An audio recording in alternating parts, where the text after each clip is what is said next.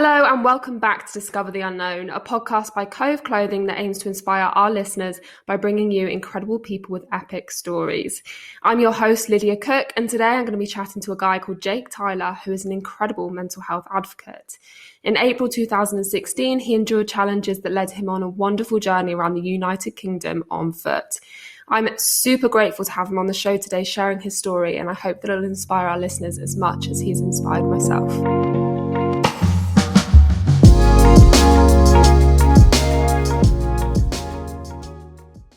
Cool. So thank you for joining us, Jake. It's awesome to have you on here and hear about your story. So I guess just briefly, first of all, do you want to kind of try and give an overview of what it is that you've done? I know it's hard to squish it all into one thing, but just kind of a bit of background about your book and your story and what it is that you've been up to. Okay, yeah, cool. The broad strokes. I was, I guess it's difficult for me to start. Do you know what? I always really struggle to start because I don't know how to start other than at the beginning, and the beginning was like really, really dark. So basically, I went through this really awful thing this time, a period of really awful mental health, and then something happened afterwards that kind of changed my life. But I think what's best. I mean, when I wrote it in the book, it was just a nightmare because my publisher was like, "Okay, you need to start off with this, really hard hitting. You went through this awful thing." And I was like, "Well, I mean, throwing people straight into all that shit is like, I don't know, it's not really fair." And I didn't want to put people off. So, but in the end, they convinced me that it was the powerful way to do it. But I think in the interest of keeping it kind of light. I'll say that I challenged myself to circumnavigate the British mainland on foot, and the route I chose incorporated all the national parks, and I ran or walked a total of 3,000 miles in a year, living in a tent, and then towards the end staying with lots of random people along the way. And I did this off the back of a period in my life that was very dark, severe depression, substance misuse, just poor lifestyle choices, and just getting myself stuck in this really sort of dark hole. And I'm not an endurance athlete by nature. I'm very much a city guy. I do like nature, but at the same time, I also like takeaways and just all the kind of city things, and yeah, I mean, I never would have thought that I'd end up doing something like what I did, walking around the country. But it just happened that, I don't think I would have done that at any other time in my life apart from the one 5 years ago, because something happened to me that. A sadness engulfed me that I wouldn't wish on anyone, and that was as unexpected as my decision to walk around the country. And I guess I've tried to sum up and think about why it was I actually ended up doing what I did, and I think a lot of it was sort of subconscious. My mind went through this really tough, dark period, and then it needed something equally big and positive on the other side to help balance it out. So the idea to walk around Britain sort of fell out the sky when I was out walking the dog one day. I've been signed off work, and I was in a very dark place, and I wanted to get out and sort of strip it all back. The noise of life had just become way too much, and because I'd been signed off work, I had nothing but time, and sitting around expiring on the sofa just lost its appeal very quickly. And then going out walking the dog once a day became my thing. And the more I did this, the more I felt like I was just sort of walking off this awful feeling.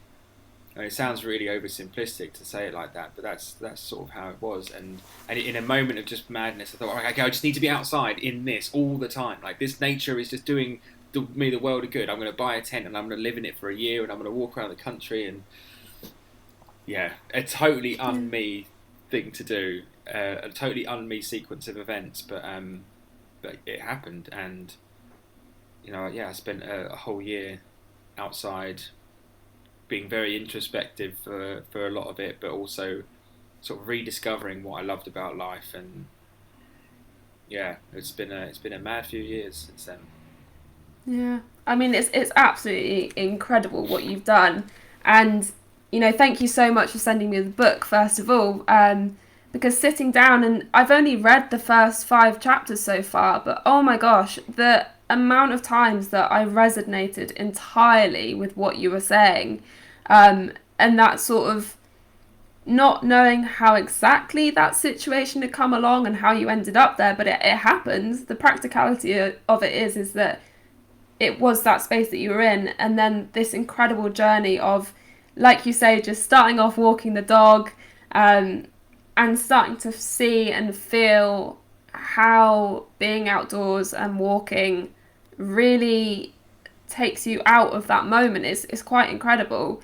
So I mean, it's absolutely amazing what I've read so far, and the amount of times that you said something that I was just look up from the pages and be like, oh my gosh, that is exactly how I felt Well, before as well. isn't that amazing though? Because if there's things in there that you're seeing in yourself, and I'm getting loads of messages like this, people reading the first few chapters of the book where I really go into what it's like for me to feel depressed and what it's like for me to go through a really dark time. Um, and I'm getting more often than not, people are messaging me saying, "I know exactly what you mean. You're summing it up way better than." And I'm like, where are these conversations in real life? Do you know what I mean? That if we're all feeling these things, because not everyone has depression, not everyone has anxiety, not everyone has a mental illness that they live with, but we all know what it's like to feel really down and out, and like we've entered a dark place, and that we're fearful, and that we feel vulnerable. We all have these things, but there's this shame involved in it that's. Do you know what? I honestly think it's because people just go through it at different times in their life. When I'm going through a really tough time, it's very easy for me to focus on everything else that's happening around me, and judging my actions based on that, because everyone around me when I'm feeling low is kind of getting on with their lives, and it looks to me like they're doing really well. And obviously you focused on that, but you don't see what happens in private. And in private, everyone struggles, and just because people on the outside are looking like they're crushing it doesn't mean at all that they're not going home and having to kind of sit with themselves. And yeah, Yeah. it's just very strange. And the thing I really noticed, the time that I really started to think about this was towards the end. Um, so I'd walked maybe just over 2,000 miles, and I decided at one point that I wanted to run home. So I ran from Edinburgh back to Brighton, and the only way I could do that was to send my pack home, which had my tent on it and everything, because this thing weighed like 20 kilos, and there's no way I could running it. And so at the start of every week, I'd sort of amassed this kind of modest to big social media following at this point. And at the start of the week, I'd just put where I was running through on Facebook and say, look, does anyone know anyone who can put me up in any of these places?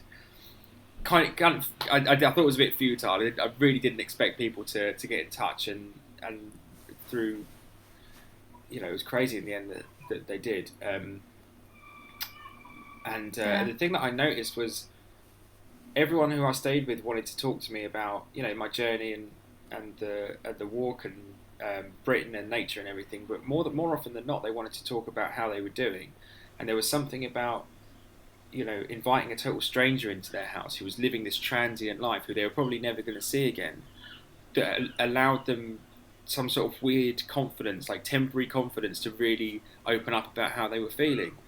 I just thought that was really interesting, because why is it that we feel it's easier to talk to people who we know we're never going to see again than the people we really trust and really love? It's almost like you're guarding yourself from judgment from the people who you should trust the most. It's very strange. It's a really illogical sort of mindset, but feeling depressed and feeling low and everything, it does defy logic an awful lot of the time. And one thing that was amazing, I mean, and kind of sad, I guess, in some ways, was that everyone I was staying with who wanted to talk about themselves and their feelings and their emotions and their response to life, they were all using the same kind of language. people from totally different backgrounds. I stayed with a woman who was, I think, 93 at one point, and I'd stay with families with kids, and I'd stay with students, and I'd stay, all kinds of different people from all different backgrounds, all different ages. And the reason they felt low sometimes was specific to them. They have money problems, or they've got this inter-family crisis going on, or they've got a problem with confidence, or their career isn't going how it wants. But their emotional response to all these things was always the same. They were always using the same kind of language. I'm fearful, I'm worried, I feel emasculated by this, if it was a guy. And it was just, I just found it incredible how everyone was using the same kind of language. And if everyone stood in a fucking circle and just started saying, this is how I feel, and really honest, and put their true vulnerabilities out there, we'd all end up singing from the same hymn sheet. But yet it's still this kind of very private, very, shameful type thing. And I still haven't quite got to the bottom of it. And I've been talking about this for 5 years or so now, for a long time. And and I, when I have a down day, I still end up talking about, just trying to brush it off as like, just having an off day, I'm a bit off colour today. And because to crack yourself open and spill yourself out that much you just leave yourself open, you think, and it's like, I don't know, it just doesn't feel right or something. Yeah, I know. I think as well that I mean it's quite amazing that your book has come out in the time that we're in now. Yeah. Because I mean the last year that everyone has gone through has just given so many challenges, and people that have never even experienced a slight challenge of mental health have now had to go through it entirely, and it can be a very scary unknown thing to people. But as someone who's had mental health issues myself, reading your book at this time just kind of brought it all back to me that nature was also my fix as well. And I think a lot of people this year, with that one walk a day, will also be realising that as well, that one walk a day that we've had and getting out in nature and seeing just a different landscape for a moment in your day can entirely change that feeling for you. Yeah, absolutely. And what is it for you, do you think? Nature. Do you know what? I always say, it's like, I mean, you're not going to like this, but when I go to London, which I actually went last week, but not being able to see a clear horizon really seems to have an effect on me. So I think living where I do here in Cornwall, and even the other day when I contacted you about doing this podcast and we were going to have a phone call quick, and I was like, I'm just going to go on an adventure quick, it was because when I have a down day or I start to feel like I'm getting anxious or anything like that, I'm like, I just need to go for a walk. I just need to go and see a clear horizon and hear sounds that aren't synthetic, that aren't man-made, sounds that have come from nature themselves. And I don't know what it is about it, but it grounds me entirely. Yeah, I don't feel like you're alone there. I mean, I'm completely with you on that. I do like the city and everything, but there's just something so undeniably calming about the sounds and the sights of nature. And there's studies on this. It was weird. Like the further I went on this sort of big adventure that I was on, the more I wanted to understand the mental and physical effect that it was having on me. I was like, well, how could I feel suicidal 3 months ago, and now I feel fucking amazing? Like, what is going on here? And I just sort of, unpack it all, and okay, so this is different. I mean, everything was different, and the crux of it was that I'd stripped away everything. Just the fucking noise of life was just gone, and the noise of at the risk of sounding like a sort of inspirational meme, like the noise of the world, like the actual noise of the world was just right there.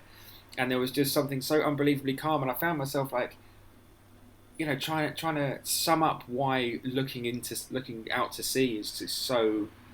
It fills me with some kind of like weird hope or something, and I think it's the idea of. I mean, you probably find this as well if you're like a horizon junkie, like just looking into as far as you can until there's just nothing else. It's just this idea of infinity, like of just endless possibilities. Like I found myself feeling that when I was on the coast. And what's really interesting is Like I stuck to mostly the coast, like for the whole time I was away.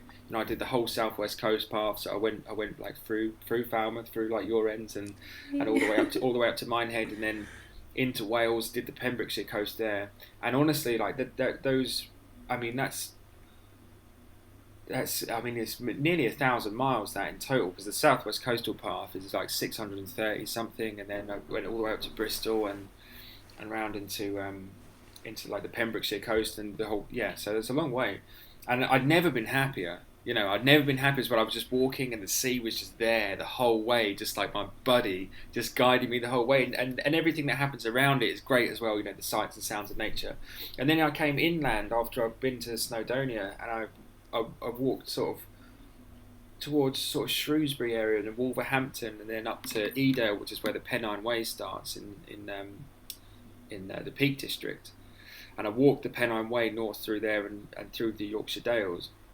And by the time I got to the top, I was really low and I couldn't really understand it. I was still outside, I was still immersed in nature, I was still moving constantly, and documenting my progress as well as trying to talk about my mental health at the same time. So I was ticking off all these boxes that I was ticking off the first half of the walk, but I was starting to get really low. And it wasn't until, I went through the whole Lake District in just a real funk and didn't really enjoy it, which I just found crazy because it was the part that I was really excited for.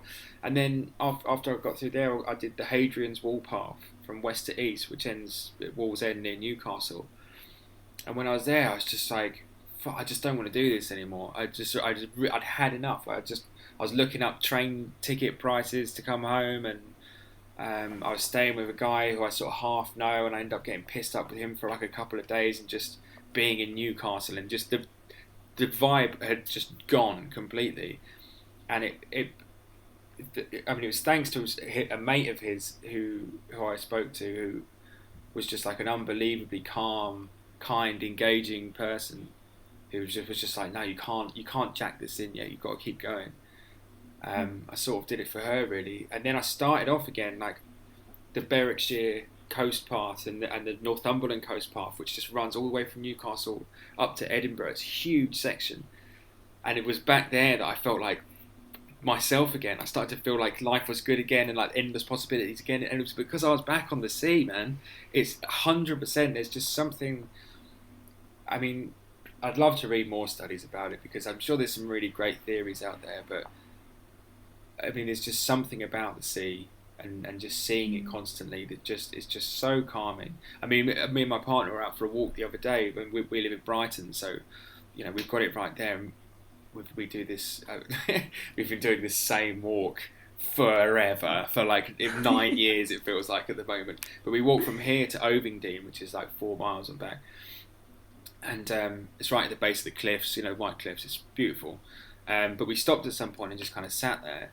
And I was looking at the sea, and I just realised that I wasn't really feeling anything while I was looking at the sea. And I was like, right, whoa, okay, this doesn't happen again. We have to acknowledge that this sea being here is brilliant, and if it wasn't here, we'd be fucking way worse mentally than we have been. Do you find that? Do you find that you get desensitised to ever? Because Falmouth's kind of like a harbour-y kind of town, right? But it's also got sea. Yeah. So it is exactly what you're saying. It's the endless possibility thing. But also, I find as well, it reminds me that there is a whole world out there across that ocean. And, you're not just the only one stuck there. There is an entire world that's ready to explore and things like that. Mm-hmm. So I absolutely agree with that. But yeah, I think, I walk quite a lot of different parts of the coastline down here. Someone even messaged me yesterday saying, do you always do the same walk or do you change it up? And I found myself saying, it's really weird thing to say, but I have different walks depending on what emotions I'm feeling. Okay. Which sounds strange, but it seems to be that... If it makes sense to you, it's not strange at all. This is true. But, there's places like Cownance Cove that are just super dramatic and incredible. And I go there and feel, amazingly inspired. Or yesterday, even, I actually took your book down and walked along the Helford River. And it's all very quaint and delicate and sweet. And that was just super lovely to just relax and stay calm. Yeah. And then also, places like, Watergate Bay and Perranporth and places like that, where it is just open, sweeping ocean in the dunes, and it just completely kind of, like you said, it makes the world feel open, and that there's this endless sort of, I don't know, opportunity to the world. Yeah, yeah. So, I mean, I've kind of gone off topic there a little bit, No, but no, I get I what think you're the saying. answer is, It's like the sea has yeah, character. It's like the perfect person to talk to in some weird way. Do you find like I mean, presumably you're quite familiar with sort of vast swathes of the Cornish coast. I was massively disappointed when I got to Land's End. I mean, I don't know what I was expecting, but not this kind of like um, I don't know, like kind of secondary school looking building with just tons of people trying to take photos, and it was like I felt like on my way there it should have been a real like point of significance. I've just run out of land and now I have to change trajectory and go some like a different way. But that said, I mean yeah, everything on either side of like between Penzance and Land's End, but there's where it all goes away yeah, from the towns and everything. Like it all starts to get great around there. But one thing I really found was that the ocean there. I don't know if it was just in my head, but because it's the only part of Britain where you're not you're actually looking out towards the Atlantic. Like anywhere else, there's Ireland in the way, but and obviously you can't see it, and from where I am, obviously I can just see the Channel and France is there. But there was something about looking out and knowing that beyond, my field of vision was the Atlantic, and beyond that was America, and it felt like huge. Like the world just felt huge, and the world feels big when you look out to sea a lot of the time, and the bigness, feels like endless possibilities and the concept, the idea of infinity and stuff. But looking out there, it was just like a leviathan, like just an enormous thing. And I actually found myself getting quite not emotional, but definitely moved by it because it was just like fuck, like this is what real life is. This planet is unbelievable, and the world in my head is just nothing. Like my problems and my worries and everything. I'm here for a fraction of a second in terms of like how old the world is, and what the fuck am I doing worrying about all this shit when this is here? Like this is what it's all about. um yeah, it's amazing. God, it's making me want to go out somewhere. I mean, no, I completely agree with you. I think some of the thoughts that I've like some of the craziest or most emotional thoughts I've had have just been from sitting on the beach and looking at the Yeah, sea. And I don't know what it does to me, but I'm glad it does the same thing to you. Because it's incredible, and it's almost quite daunting, especially like you say along the Land's End Way and sort of even the Lizard Way, the most southerly point. yeah. It's kind of quite intimidating to think how small you really are in Mm. comparison to what's going on in the world. Um, and it kind of offers a bit of sort of rational thinking, doesn't it, in terms of, okay, what are my worries? What's stressing me out? What is the issue in my day to day? And Mm. how does it compare to looking out at this vast, incredible world and this ocean? And, who else is out there having these issues? Yeah. And it really kind of grounds you back to going through your issues quite logically, I think, Hmm. and sort of comparing them to this vastness. And yeah, Yeah. it's incredible. Well, it'd be easy to feel insignificant, like physically insignificant, when you start to think about those sorts of things. But for me, it's about trying to make my negative feelings and the sort of darkness that's in me feel insignificant. Me as a person, yeah, I am. If you look at the whole, the bigness of the world and time and everything, yeah, I am significant in some ways. But the fact that I'm only here for a fraction of time, um, it doesn't make me feel insignificant in a negative way. It makes me feel like I need to take opportunities here. I need to live life. I need to experience as much of this as I can because this is fucking great. The world is a really amazing place, and Britain is a really amazing place as well. Like I had no idea. I mean, I had no idea of any. When I decided to do this thing, I was just like, I was on a big nature tip and I just wanted to be outside all the time. And I was like, oh, I'll go to all these national parks. I didn't really know anything about them. You know, the British countryside's nice, the coast is nice, but you know, I had no idea some of the scenery and landscapes in Great Britain, especially when you get up to Scotland, and I mean it's just mountains for days, and you don't get anything like that even in England. I remember there's a mountain pass in the Cairngorms from Aviemore to Braemar. I think it's about 33 miles. It's called the Lerrig Gru, and I talk about it in the book. I met up with a guy called Simon Clark who just finished running the coast of Britain, and he's a guy I was following on social media who I happened to bump into in Carmarthen in South Wales just by complete fluke, and we sort of swapped numbers and sort of weirdly became mates. But when his journey was finished, he moved back to the Highlands, and he lived kind of off just off the Cairngorms. And so he said, you know, when you get to that point, just hit me up and you've got somewhere to stay. So I went and stayed with Simon and managed to get him out for what I thought was going to be a day's hiking. I thought, yeah, we're two seasoned walkers, runners, whatever, like we can do 33 miles in a day, no problem.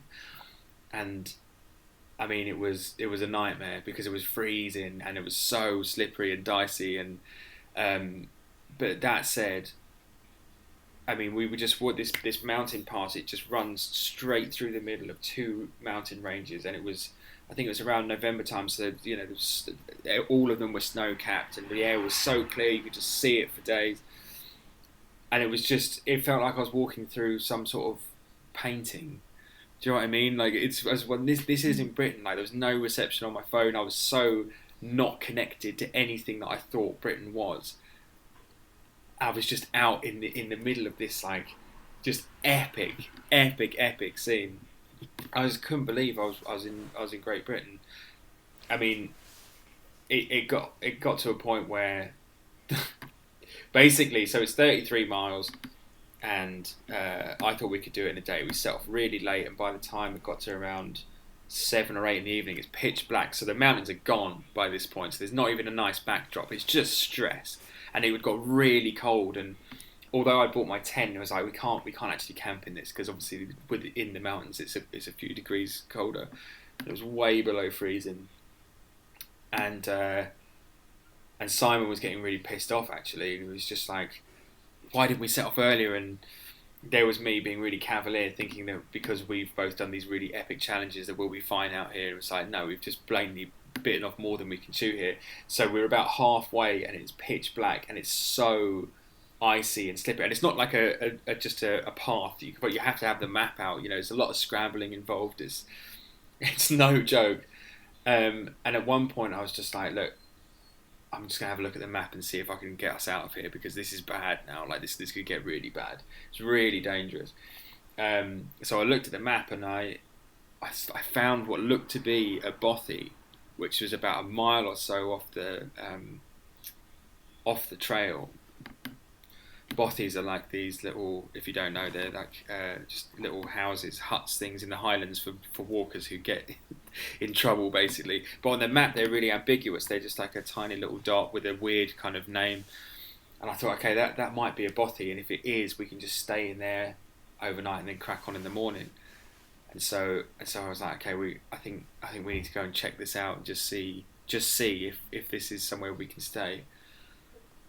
And he was a bit like, well, what if it isn't, and we've just lost another hour walking a mile in the dark in a different direction? What if we can't find the path again? I was like, well, I'm willing to risk it, because at this point, you know, our only choices are setting up our tents in this freezing cold, like in the middle of the mountains, and freeze to death, or we walk through the night and try and get to Braemar, you know, in the dark, in the cold.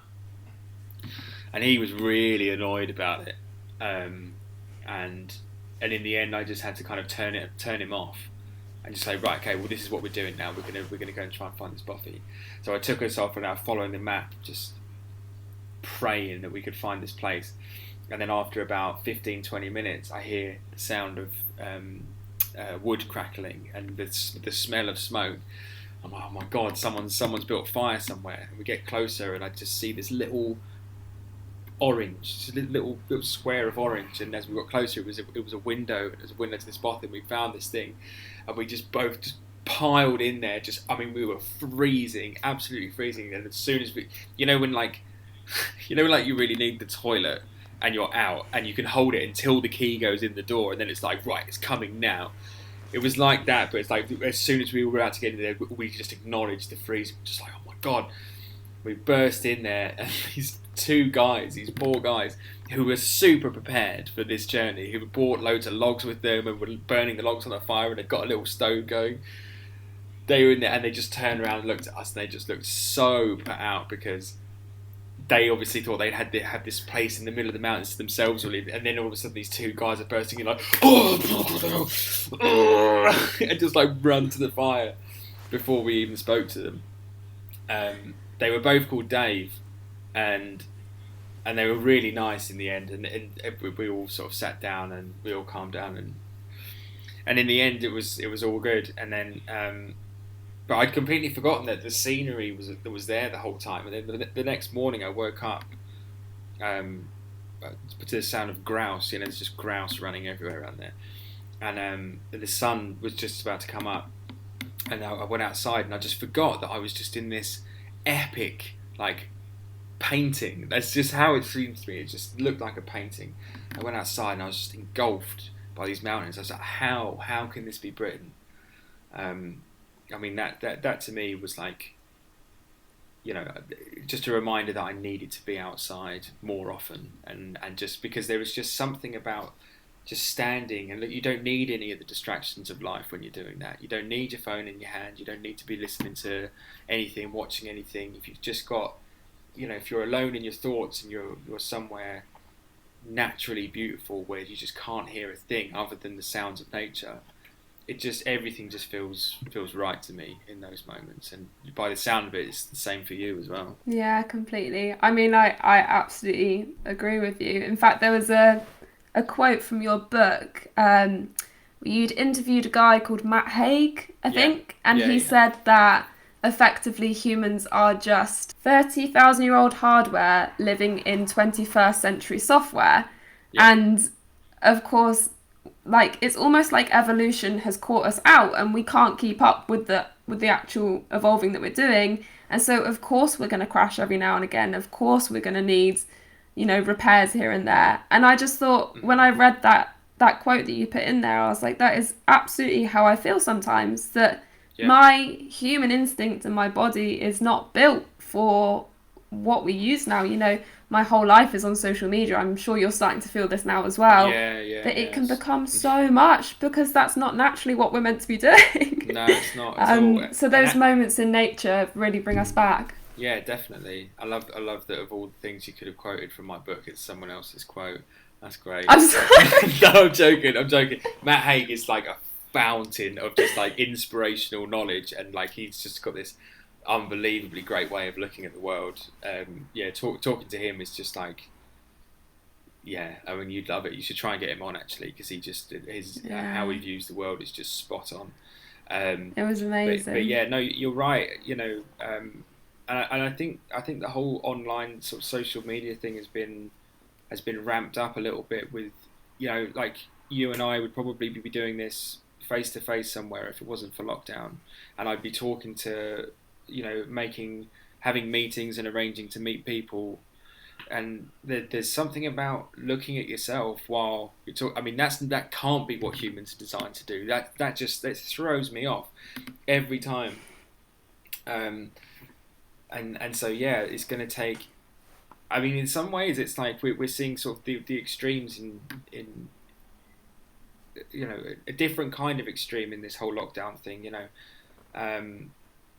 Being separated from people, looking at ourselves when we're talking to people, and all this really unnatural stuff. It's almost like, with everyone going out and walking, it's not just because there's nothing else to do.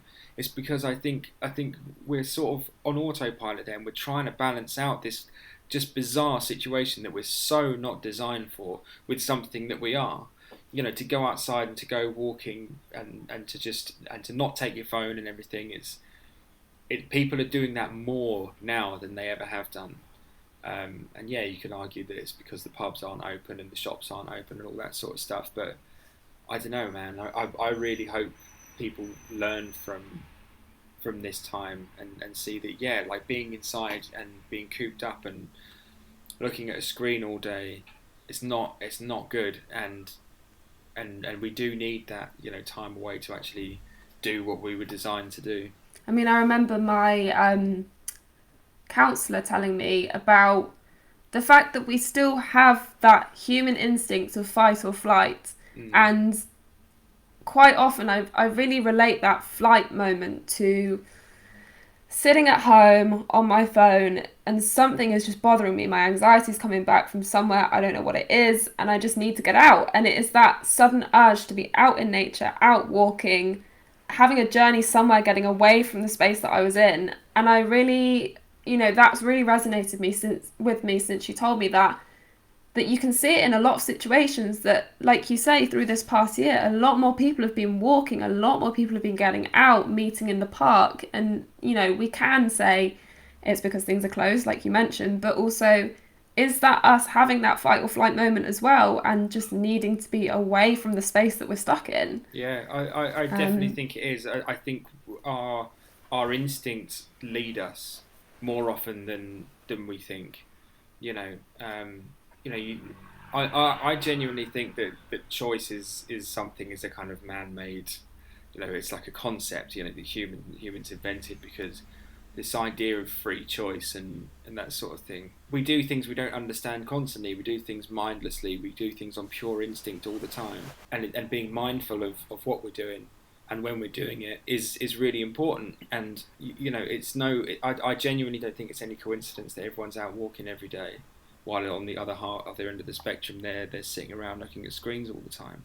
Like, our minds are naturally they're telling us, like our instincts are telling us what to do, how to survive here, and it's something we really really need to be mindful of. Yeah, definitely. I mean, there's so many metaphors that you could take from this journey that you've had and that process of walking and these amazing things. And in fact, I do have a quote from you from your book as well. Oh, nice. Oh, about that. You used it as a metaphor, and it made me laugh, but it made me laugh because I completely got what you meant. And that was taking off your walking boots at the end of a long day. yeah. And I was like, and you said that you wish you could live your life as that feeling. Yeah. And I just loved it. I thought it was brilliant. It was spot on. It was like that relief and the enjoyment and the sort of just relaxing Euphoria. moment. The fucking euphoria of taking your boots off after you've been walking all day. It's unreal.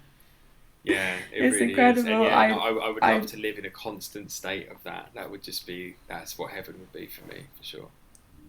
Yeah, I think you're right. I completely got it. I read it and I just laughed, but I was like, that is so true. And I think a lot of people who are listening would also agree with that. Yeah, hopefully. Yeah. But yeah, I could talk to you. I could talk to you about these metaphors and things all day, but I have a practical thing I want to know, which is what ended up being your best part of equipment. I mean, you put in lists in your book of all these things you'd bought and researched, and I just want to know, what was the actual thing in the end that was just the best part of it? Well, I had so few things. I mean, that was the beauty of it. I just didn't have the only things I had on me were the things that I needed to survive. I just had a tent, a rucksack, some spare clothes, some extra socks. My phone, because that's just, let's just accept that that's a part of our fucking hand now. So there was like literally no luxury items. I mean, probably my pack, because it got me into conversations with people. I put the sort of rainproof cover over it, and I wrote something on there. I just said something like, I'm walking 3,000 miles around Britain, and I'm on my own. If that's interesting to you, come over and talk to me, sort of thing. And whenever I stopped in a cafe or a pub to have a drink or charge my phone up or whatever, I just position it just right next to me so it was facing out. I'd find a corner and just position it and face it outwards. And yeah, I ended up having some really great conversations with people because people just read my pack and be like, oh my God, he's doing what? And just come over and want to talk to me about it. But also, my boots, my second pair of boots, if you're, I don't know if you're 5 chapters in, you might not have got to the stage where I lose my boots yet. But it happened embarrassingly early in the walk, and I had to fork out for a new pair. But that pair got me around the whole of Britain, and I've got to say thanks to those guys, because they were tough. They got me through some really tough situations. Nice. I like the idea of your pack, and that sign actually probably brought a lot of enjoyment for the trip. So yeah, it's amazing how the little things can often. Bought me a couple of lunches as well. Bought me a couple of places nice. to stay occasionally. Yeah. I might start doing that myself. yeah. I walked here from Spain. Buy me some food. Well, before we wrap up, I want to ask. This is a big question, but is there a pinpoint in the whole trip that was just the best part, that gives you complete euphoria, or was the moment that you finally felt at peace, or anything like that? The one that springs to mind is the one that I've been talking about a lot recently, but I genuinely I don't think there was a better moment. So once I got to Inverness, which was as north as I was originally planning on going, just because it was the end of a national trail called the Great Glen Way that runs past Loch Ness and ends in Inverness, and from there you can just turn about and go and head south towards Aviemore through the Cairngorms. Because when I was originally doing my plan, I was sort of looking at the stretch between Inverness and John O'Groats, and I remember thinking, like, okay, well, I mean, there's nothing there, so there's no point in me going there. But by the time I actually got to Inverness, I was like, why wouldn't I go right to the top? Like, that's dumb. Like, why wouldn't I just want to go up to John O'Groats and see it? So I decided, I have a friend in Inverness who I left my pack with, and I decided to run from Inverness to John O'Groats. It was about 120 miles in the end. And the day I got there, it took me a few days, and the day I got there, I was so tired, I was wrecked, and I'd been staying with people, just random people along the way. But that night I wanted to stay in a B&B just to kind of be like, well done me, you've earned this sort of thing. So I got to John O'Groats, and it was brilliant, and I had my moment where I was just at the top of Britain looking north, and that was great. And I went to this B&B, and it was about 8 or 9 in the evening, and a person whose conservatory I'd stayed in 3 days previously messaged me and said, "Oh, you need to go outside and look at the sky." I was like, "Why?" And she was like, "Well, I'm tired. I'm in my pants, and I'm really enjoying it. Do I really have to go out there?" She was like, "No, trust me, you need to go out there." So I left, I put some clothes back on, went outside, and I walked down to the seafront, and when I walked out the B&B, it was just orange, because of the street lamps, and I couldn't really see anything. But once I got down to the front and the orange started to disappear, this green just popped out the sky, and I didn't even know you could see the Northern Lights from the top of Scotland. But if they were there, and it wasn't how I expected it to be. It was like this big grey band across the sky, like a huge grey rainbow that I could see the beginning and end of, and around it was just green flat, just dancing all around it. And it was like, I messaged her straight away, and I was like, how often does this happen? So this hasn't happened for years, and there was something about it all that just moved me. I'd got right to the top, and technically I was turning around and I was about to come home, and it was like someone had just done it for me. So someone was going, all right, he's getting to the top today, and then he's got to go tomorrow. Let's just do something really great for him. And it was just perfection. It was really. I've heard people talk about, the Northern Lights and how seeing them is really moving, and I never quite got it, but it's just nature at its most magical. It's just magic on Earth in the most colossal, epic way. Yeah, that was easily I'll remember that moment forever, for sure. Yeah, that's absolutely incredible. It makes me feel like emotional for you. Yeah. In the fact that, like, I can't even imagine, what you went through, and then doing this crazy journey and getting to that moment and seeing that, of all things. Yeah, like, it's something that is on the bucket list for so many people, I know. And it was given to you in that moment. Yeah. That's incredible. It really is, isn't it? I mean, it was just perfect. It was just a really perfect moment.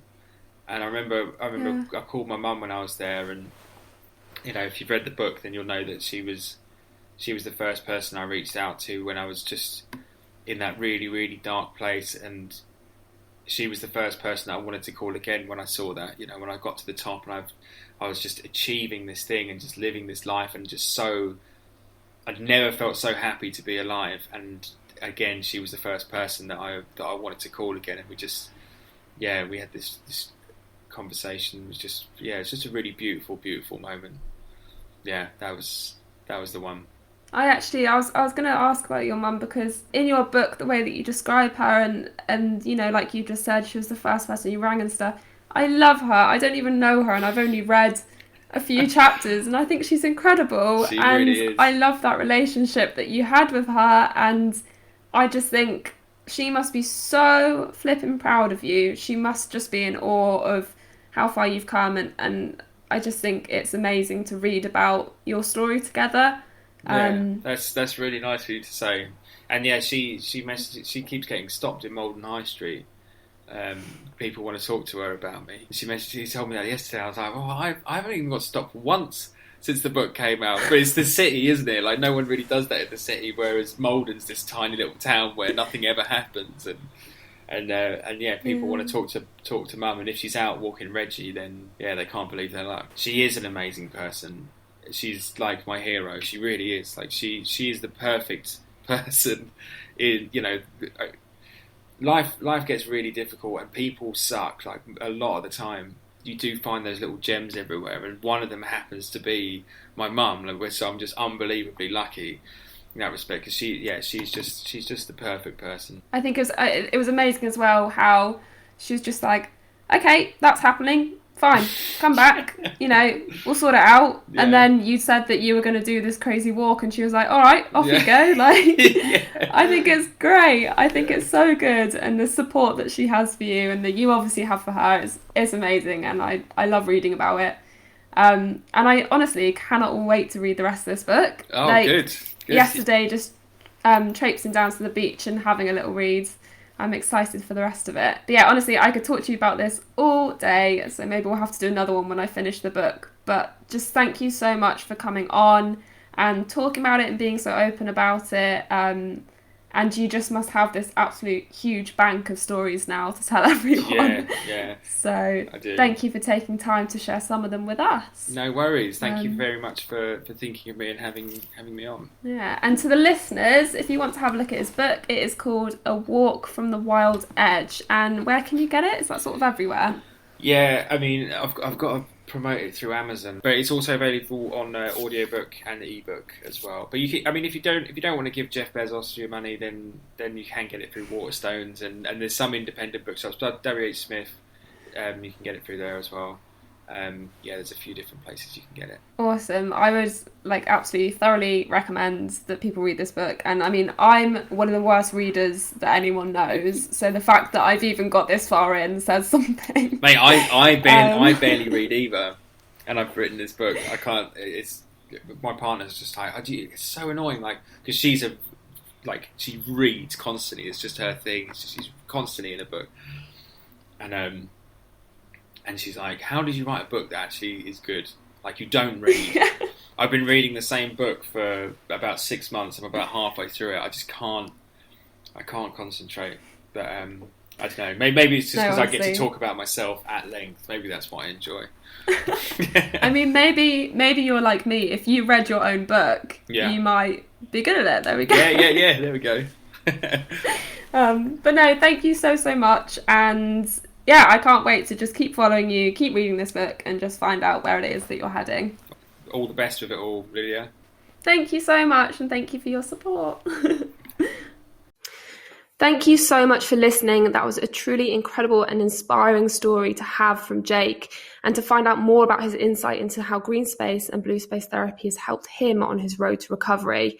I know I resonated a lot with what he said, and I found it truly motivating for myself and also my journey, and I really hope that it's also resonated with many of you listening. To find out how to buy his book, there's a link in the show notes below, or you can head over to the Cove website to find out a little bit more about this episode.